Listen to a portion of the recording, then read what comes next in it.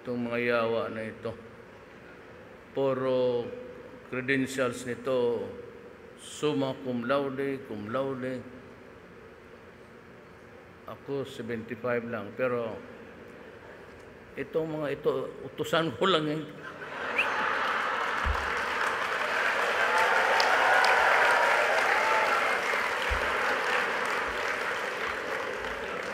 Si Mato,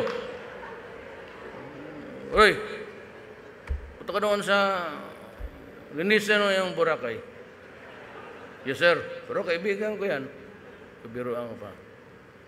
Tapos pag nutusan ko, kinabukasan, pwede nga na Duterte closes Boracay. Talagang yung ano mismo, human excreta. Talagang sabi ko,